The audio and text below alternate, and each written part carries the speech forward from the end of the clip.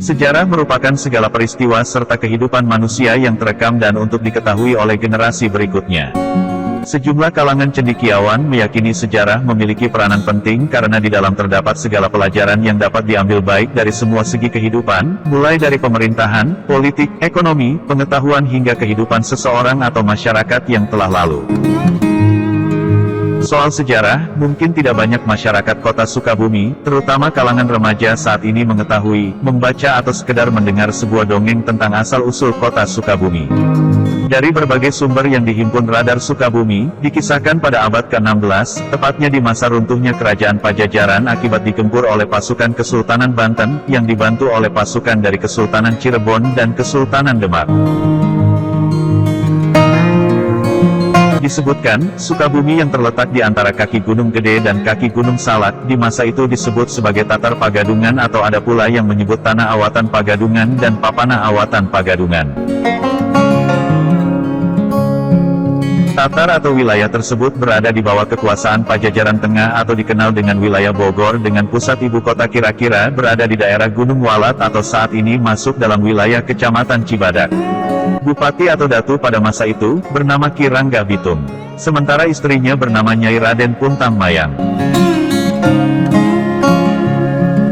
Pada saat Pajajaran digempur oleh pasukan Kesultanan Banten yang dibantu oleh pasukan dari Kesultanan Cirebon dan Kesultanan Demak, Tatar Pagadungan pun tidak luput menjadi sasaran gempuran para pasukan tersebut. Pusat Kabupaten Pagadungan porak-poranda serta dibakar hingga hangus. Dalam pertempuran itu juga Bupati atau Datu Ki Rangga Bitung gugur di medan perang. Sedangkan istrinya, Nyai Raden Puntang Mayang pada saat itu sedang mengandung anak pertamanya.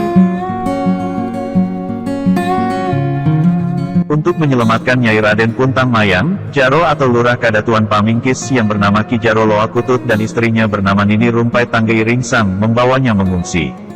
Mula-mula ke Gunung Bongkok, kira-kira di daerah Cibadak.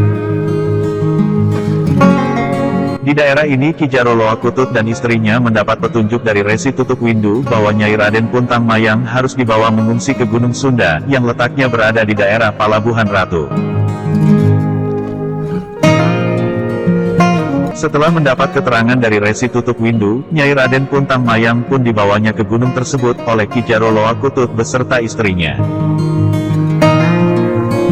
Di tengah perjalanan tepatnya di sebuah hutan menuju Gunung Sunda, Ki Jaro Loakutut beserta istrinya dan Nyai Raden Puntang Mayang, menemukan salah seorang anak laki-laki yang memiliki wajah jelek sekali, karena mukanya seperti monyet atau kera yang diperkirakan berumur antara 6 sampai dengan 7 tahun. Ki Jaro Loakutut berusaha menanyai anak tersebut untuk mengetahui tempat asal maupun nama kedua orang tuanya. Namun anak tersebut tidak mau menjelaskannya. Dai hanya mengatakan berada di hutan itu karena ada yang membawa pada saat kampung halamannya dibakar. Ki Jaro Loakutut memiliki keyakinan bahwa anak tersebut bukan anak orang kebanyakan. Lantas anak tersebut dibawanya mengungsi ke Gunung Sunda. Dongeng Cikal Bakal Kota Sukabumi tidak bisa-bisa dilepaskan dari kisah asmara Nyai Pundak Arum, putri dari Datu Tatar Pagadungan atau Sukabumi, setingkat bupati, dengan seorang pria bernama Wangsa Suta yang tak lain adalah anak laki-laki yang ditemukan oleh ibunda Nyai Pundak Arum dalam pelarian di dalam hutan di Gunung Sunda. Dalam dongeng yang dilestarikan melalui berbagai tulisan oleh sejumlah budayawan Sunda, salah satunya Mendiang Anis Jati Sunda, menunjukkan bahwa Gunung Parang yang berada di Kecamatan Cikole, Tegal Kole, adalah titik awal terbentuknya wilayah kota Sukabumi. Daerah ini menjadi tempat penantian bagi Wangsa Suta akan kembalinya Nyai Pundak Arum. Sebelum dipisahkan oleh serangkaian peristiwa di masa itu, Wangsa Suta dan Nyai Pundak Arum sempat berjanji untuk bertemu di bawah pohon paku jajar yang bercabang atau berdahan 5 yang terletak di Gunung Parang. Namun keduanya tidak pernah dipertemukan kembali.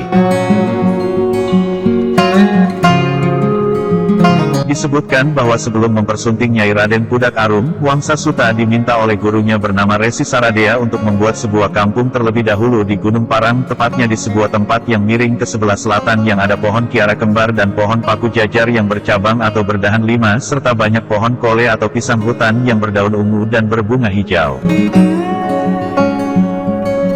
Namun dalam perjalanan tugasnya itu, Wangsa Suta dan Nyai Pundak Arum berpisah oleh sebuah peristiwa pertempuran dengan kelompok pimpinan Demang atau Lurah Mangkalaya. Pertempuran itu dipicu oleh tindakan Demang karena hendak memenggal leher Nyai Pundak Arum yang dianggap sebagai wanita berbahaya karena kecantikan dan kesaktiannya.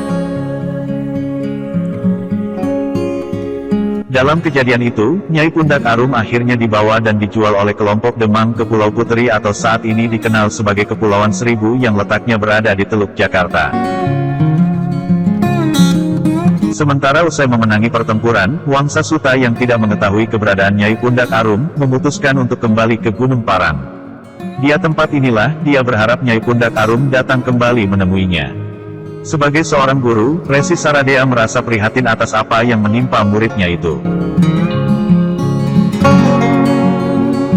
Ia pun meminta kepada Wangsa Suta agar menunggu waktu kembalinya Nyai Pundak Arum ke Gunung Parang. Namun yang waktu dan zamannya sudah berbeda dan berganti, yakni apabila Gunung Parang sudah dipenuhi oleh rumah, dan Tegal Kole sudah berubah menjadi kota. Karena pada saat itu akan ada salah seorang perempuan cantik yang suka membimbing masyarakat, khususnya masyarakat yang sedang menderita baik lahir maupun batin, serta senantiasa memberikan motivasi dan membesarkan hati perempuan, terutama perempuan yang disakiti oleh suaminya. Perempuan tersebut menurut Resi Saradea, titisan Nyai Raden Pudak Arum. Pada waktu itulah, antara Wangsa Suta dengan Nyai Raden Pudak Arum dapat bertemu dan bersatu kembali.